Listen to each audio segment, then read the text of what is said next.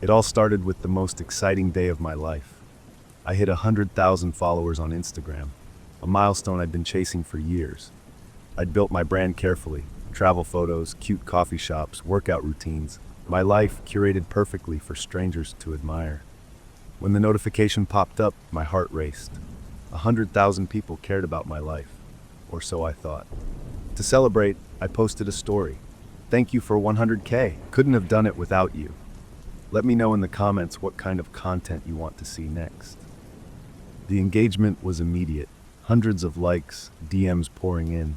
Most were the usual. Congrats, love your content, can't wait for your next post. But one stood out. Watcher 1. Congrats, I've been watching for a while. Can't wait to see you at your coffee spot tomorrow. At first, I didn't think much of it. My usual coffee shop was no secret. I tagged it all the time. But something about the wording made me uneasy. Watching for a while, it felt personal. I brushed it off, probably just a weird way of saying they're a fan. The next morning, I went to my usual spot. As I sat with my latte, I couldn't shake the feeling of being watched. Every time someone walked past the window, my eyes darted up. The barista handed me my drink with a smile. Popular today, huh? He said, nodding toward the window. I turned and saw someone snapping a photo of me from outside. My stomach flipped. I told myself it was harmless. A fan recognizing me, maybe wanting a candid shot. But that afternoon, I got a DM. Watcher, nice latte. Hope it wasn't too bitter. How did they know what I ordered? My post didn't show the drink, just a selfie from my usual table. Panic bubbled up, but I rationalized it. Maybe they saw me in the shop and guessed. Maybe, but deep down, I knew something wasn't right. Over the next week, Watcher 1's messages grew more frequent. They commented on my posts with uncanny accuracy, describing things that weren't in the photos. The color of my jacket, the street I took to get there. I stopped tagging my locations in real time, hoping to throw them off, but it didn't help. One night, I received a message that froze me in my tracks. Watcher 1, you should lock your windows. I was sitting on my couch, scrolling through Instagram. My heart hammered as I looked at the window. It was open, wide open. I ran across the room and slammed it shut, drawing the curtains tightly. My hands shook as I typed back. Who are you? How do you know where I live? No response. Hours passed, and I stared at my phone, waiting, dreading. Finally, another message arrived. Watcher 1, you share everything, don't you? It's not hard to find someone who's always online. I blocked the account immediately and spent the rest of the night double-checking my locks. The next morning, I woke up to a new notification, a follow request from Watcher 2. My stomach dropped. They weren't going to stop. I told a friend about it, hoping for reassurance. You've probably just got a creepy fan, she said. Ignore them. They'll get bored and move on. But they didn't. The new account started tagging me in posts, photos of me taken from a distance, at the gym, walking my dog, once from outside my apartment building. Each caption was worse than the last. Close, but not close enough. Do you see me yet? I'm always watching. I went to the police, but without direct threats, they couldn't do much. Block them, the officer said. Be cautious. Maybe take a break from social media for a while. Take a break? Social media was my life, my livelihood. How could I just stop? But the fear was becoming unbearable. I started posting less, avoiding public places. My world shrank to the walls of my apartment, and even there, I didn't feel safe. One night, I came home to find a package on my doorstep. No name, no return address.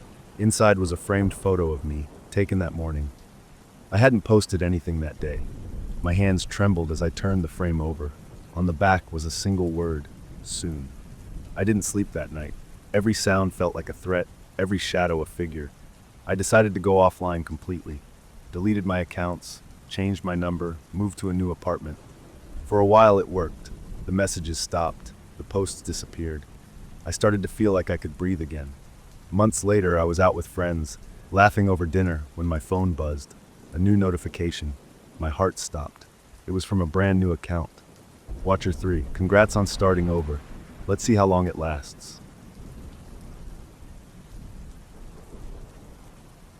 You ever have that feeling like no one even notices you exist?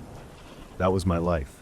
At school, I was invisible. In a sea of TikTok stars and Instagram queens, I was just Emily. Plain old Emily. Until the day I decided to change that. It started with a hashtag rooftop challenge. I saw a video of this girl, Zoe something, standing on the edge of a skyscraper, arms outstretched, wind whipping through her hair. She had millions of likes. Millions. Everyone in the comments was losing their minds, calling her fearless, legendary. I wanted that. I wanted people to see me like that. The first step was letting my friends in on it. Well, friends is generous. Rachel and Kylie weren't really close, but they hung out with me sometimes. They had their own following on TikTok. Nothing huge, but enough to make me jealous. "You're seriously gonna do it?" Rachel asked, raising an eyebrow as she scrolled through her phone. "Yeah," I said, trying to sound casual. "It's not even that hard. You just find a rooftop, film a quick video, and boom, instant clout." Kylie laughed. "Instant death, maybe." "It's not like I'm jumping off or anything," I shot back. "I just stand there, look cool, it's safe." Rachel smirked. "If you actually do it, I'll film, but you'd better not chicken out." I swallowed hard. I won't.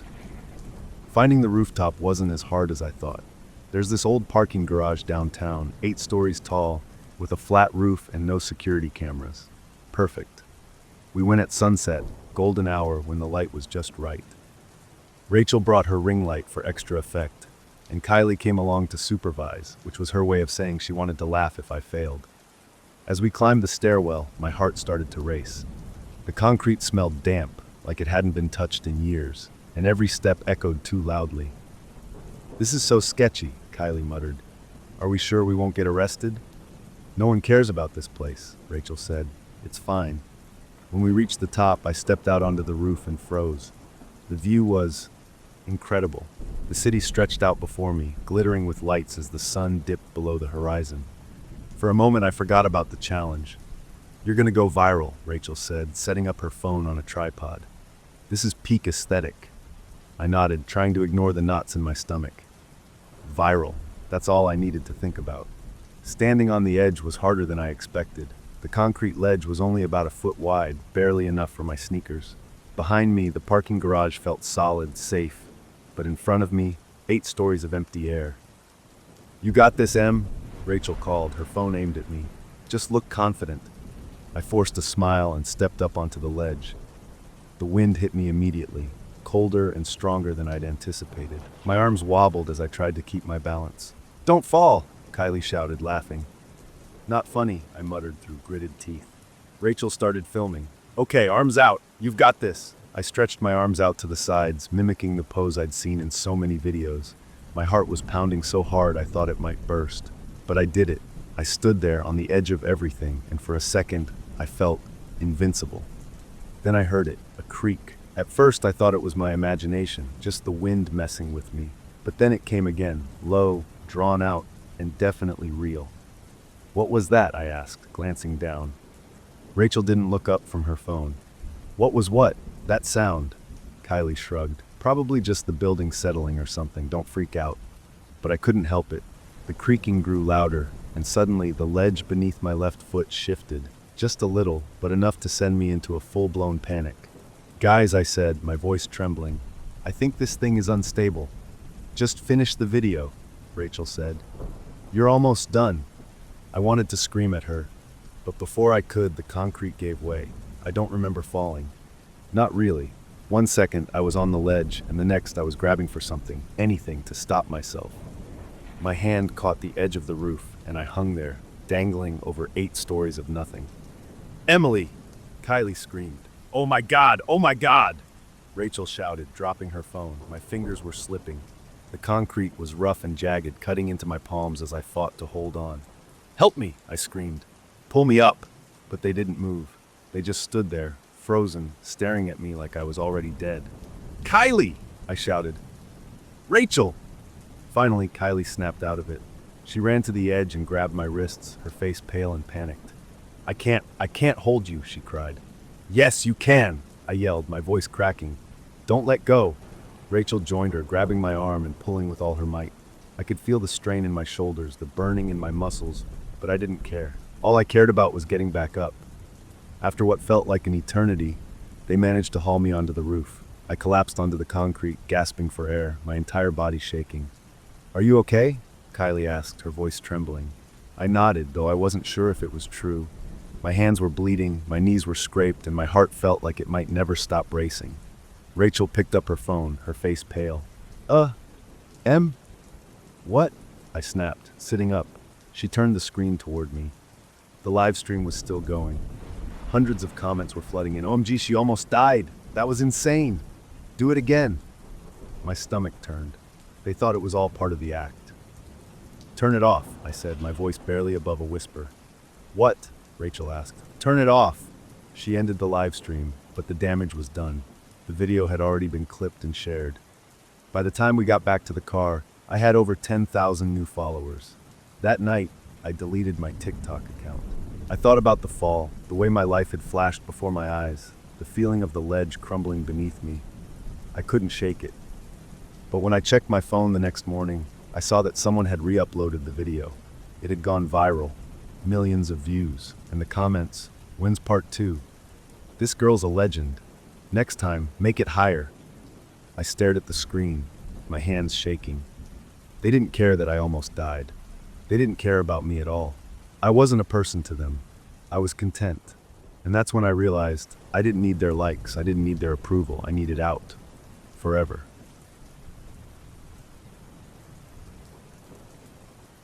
It started with a tweet. Just one tweet. My job as a social media manager was simple. Keep the brand's online presence fun, engaging, and on trend. I'd been doing it for years, and honestly, I was good at it. My boss, Mr. Patel, barely checked in anymore because I always knew what would go viral, or at least what wouldn't get us in trouble. Until that day. It was a Wednesday, I remember, because the office was unusually quiet. I was sitting at my desk, sipping an iced coffee, scrolling through the brand's Twitter feed. Our company sold eco-friendly products, reusable water bottles, bamboo utensils, stuff like that. Pretty harmless, right? That morning I saw a trending hashtag, Stop the Waste. Perfect for us. I drafted a tweet, added a catchy line, and scheduled it to go live at noon. It wasn't anything groundbreaking, just something like, join the movement, let's stop the waste, and make sustainable living a reality. It seemed fine, until it wasn't. By 12:30, my phone was blowing up. At first I thought the tweet was doing well, notifications were pouring in. But when I opened the app, my heart sank. The replies weren't congratulating us, they were furious. Easy to say when your products are so expensive the average person can't afford them. Are you serious? You're part of the problem. Hypocrites. Look at your plastic packaging. I froze. The brand was being ripped apart in real time, and all I could do was stare at the screen. Hey, Sarah, my coworker, called from across the office. Have you seen Twitter? People are pissed. Yeah, I muttered, my throat dry. I'm seeing it. I immediately started drafting a response. Damage control was part of the job, and I knew the drill. Apologize, acknowledge concerns, and promise to do better. But no matter what I wrote, the replies got worse. Empty words. You're just covering your ass. Delete your account. I was sweating now, my hands shaking as I tried to keep up. People weren't just mad at the brand, they were mad at me. They assumed I was behind the tweet, which of course I was. A few even tagged my personal account. By the time I left the office, my name was trending. That night, I barely slept. My phone kept buzzing, but I couldn't bring myself to look at it. When I finally did, it was worse than I'd imagined. Someone had found an old tweet from my college days, something stupid I'd written about skipping class to binge-watch TV. It wasn't offensive, but it didn't matter. The replies twisted it into something else entirely. Wow, no wonder she doesn't care about real issues. Lazy and irresponsible. Typical. This is who's running your social media. Yikes. It didn't stop there. My LinkedIn profile was flooded with hateful messages. Someone even posted my work email, and now my inbox was full of threats. And then they found my address. The first package arrived the next morning. It was a small box, wrapped neatly in brown paper. No return address. Inside was a single sheet of paper with one word scrawled across it. Quit. I dropped it like it was on fire. Everything okay? Sarah asked when I got to the office. No, I said, my voice shaking. People are sending stuff to my house. Her face went pale. Have you told Mr. Patel? I nodded. He'd already had a long meeting with me that morning about the tweet and the backlash. The PR team was involved now, and they were furious. I was on thin ice. Just lay low, Sarah said. This will blow over. But it didn't. Over the next few days, the harassment escalated. More packages showed up at my door, this time with trash inside, mocking our eco-friendly message. My personal photos from Instagram were being shared online, captioned with horrible comments. Everywhere I went, I felt like people were staring at me, judging me. By Friday, I was scared to leave my apartment. That's when I got the call. "Miss Harper?" a man's voice said. "This is Detective Cole with the City Police Department. I need to ask you about a report we received." "A report?" I asked, my stomach dropping. He hesitated. "Someone called in a tip, claiming you're responsible for vandalism at a local park. They said you were dumping trash and graffitiing benches." "What?" I nearly dropped the phone. "That's insane, I didn't—" "We're aware it may be a false report," he said quickly, "but we still need you to come in for questioning." That weekend was the longest of my life. I sat in a sterile room at the police station explaining over and over that I had no idea what the caller was talking about. They eventually let me go, but the damage was done. The story hit local news. Social media manager accused of hypocrisy and vandalism. My boss called me in on Monday morning. "Chloe," he said, his face grim, "you know we've always valued your work here, but this has gone too far. The board is demanding action." I knew what was coming. "I'm sorry, but we have to let you go." Losing my job should have been the end of it, but it wasn't. The online harassment continued, even though I wasn't managing the brand anymore. People started showing up at my apartment, banging on my door, demanding I face the consequences. I had to file a restraining order against one guy who wouldn't stop emailing me threats. I deleted all my social media accounts, but screenshots of my posts kept circulating. My face was everywhere, attached to headlines and memes. I became a symbol of everything people hated about corporate greenwashing, even though I was just one person trying to do my job. The final straw came 3 weeks later. I'd managed to land an interview for a new job. Nothing fancy, just something to pay the bills. The interviewer seemed nice, but halfway through, she frowned. "I'm sorry," she said, closing her notebook. "I didn't realize you were that Chloe Harper." My stomach sank. "We just can't take the risk of hiring someone with your reputation." I walked out of that office feeling hollow. The world had decided who I was, and no matter what I said or did, I couldn't change it. They'd canceled me. And in their eyes, I wasn't a person anymore. I was just another cautionary tale. But here's the thing about cancel culture. It doesn't stop. Once the mob picks a target, they don't let go. And if you think it can't happen to you, think again.